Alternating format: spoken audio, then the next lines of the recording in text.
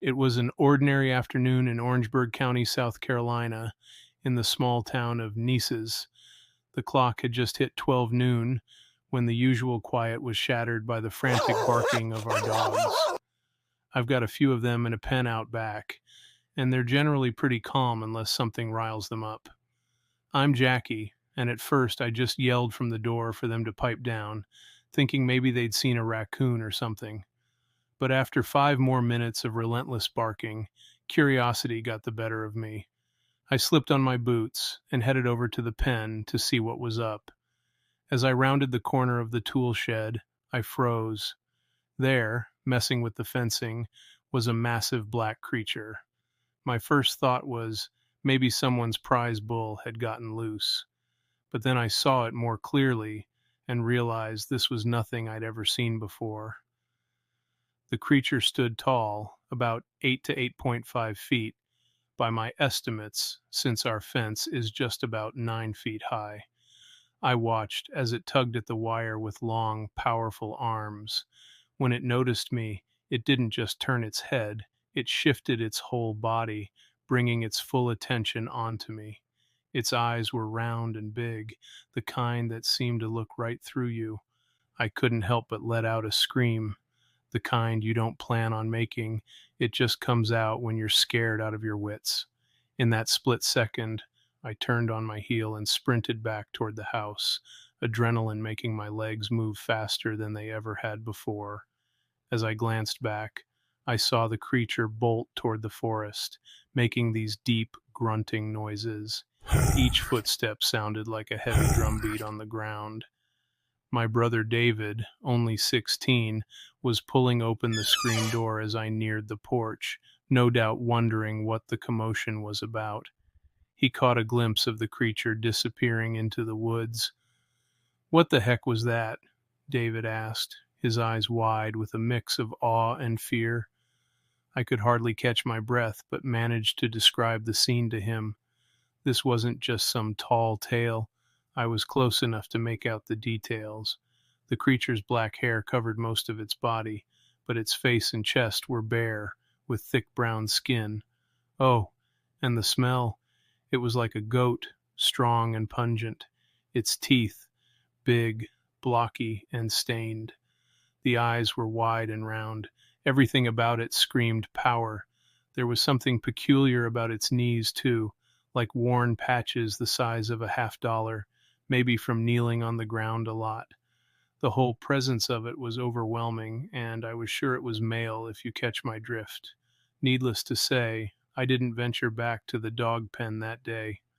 Nightfall brought a summer storm, with thunder rolling overhead, so by morning any tracks or evidence had been washed away. But that wasn't my first sign. Something unusual was around. Occasionally, when walking through the woods behind our house, I'd catch that same goat-like smell or hear high-pitched screams echoing through the forest. Ever since that day, I've been a little more cautious, keeping a closer eye on the woods and making sure the dogs are secure. People might think I'm spinning yarns, but when something like that looks you straight in the eye, it leaves a mark. It's a story that keeps the family on edge, wondering if or when our wild neighbor might make another appearance.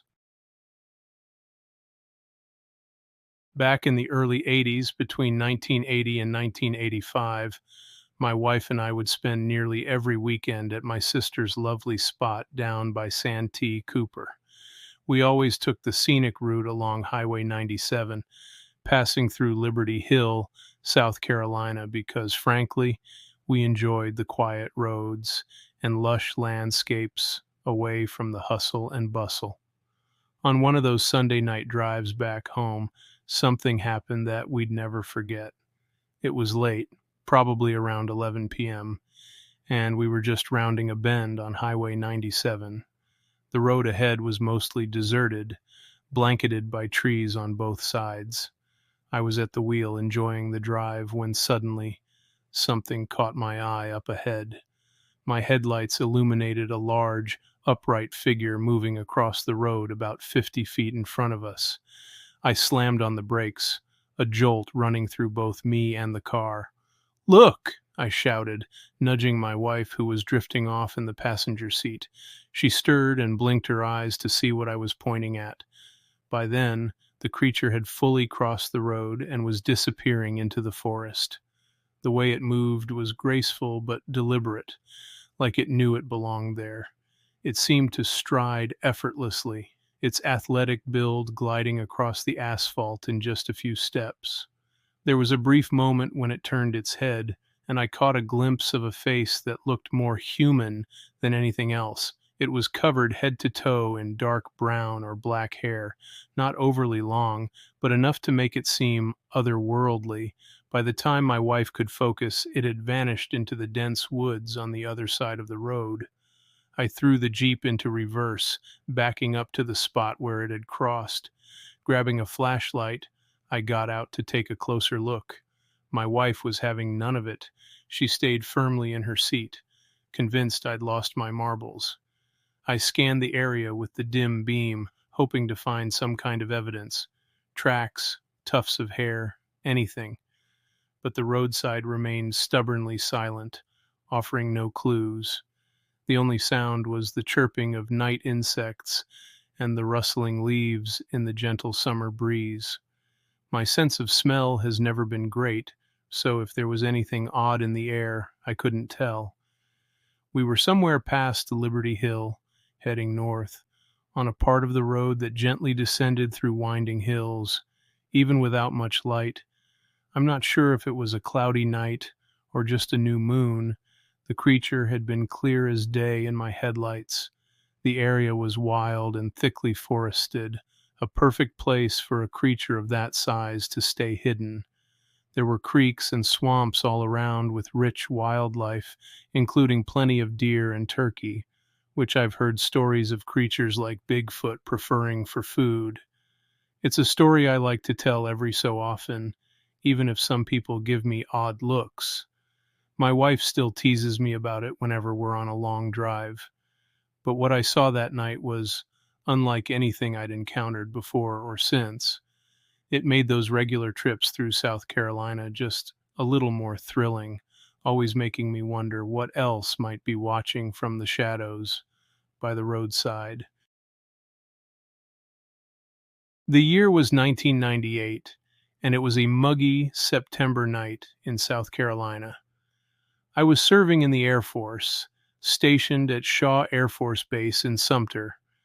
That night, I was on my way back to North Myrtle Beach with my two young sons, aged 7 and 5, who were thankfully asleep in the back seat. As a single dad, road trips with them were always a challenge, since they weren't big fans of long car rides.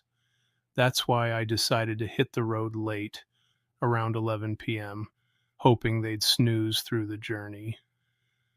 The trip, to be honest, was pretty uneventful, which is how I liked it.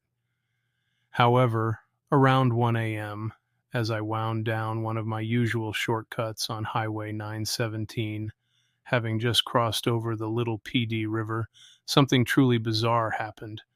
Out of the corner of my eye, I noticed something in a ditch up ahead. At first, I thought it was a stray dog sniffing around, but as I got closer, the creature turned its head, and I instantly knew this was no ordinary animal. This thing had a face that resembled an orangutan, with almost no fur, just skin stretched over a wide, flat visage and thin, unshapely lips. The fur that did cover its body was shaggy, with an orange-brown hue that had initially led me to think it was some kind of animal I'd seen before. But boy, was I wrong. As it turned to face the road, it began to rise up, and that's when I truly grasped just how massive it was. It seemed to be crouching in the ditch, and yet its shoulders and chest loomed large above the edge. I couldn't get a good look at its legs, as they were still obscured by the ditch, but its arms were long, with hands hanging downward, almost as if accustomed to walking on all fours. I slowed my car down, my heart thudding as I feared it might suddenly dart in front of me, much like a deer might. But instead, it remained where it was, standing up a bit more, as if curious about the intruding vehicle. I dared a glance back through the rearview mirror once I'd passed, but it was too dark to see anything clearly. I drove on, too spooked to turn around or investigate further, especially with my kids in the car. Even now, I'm not entirely sure what I saw that night, but it was enough to make me question everything I thought I knew about what lives hidden out there in the dim spots of our world. I retired from the Air Force nearly a decade later, and despite moving to Texas, I've yet to encounter anything quite like that creature again. It's become a story I've rarely shared, worried people might think I'm off my rocker.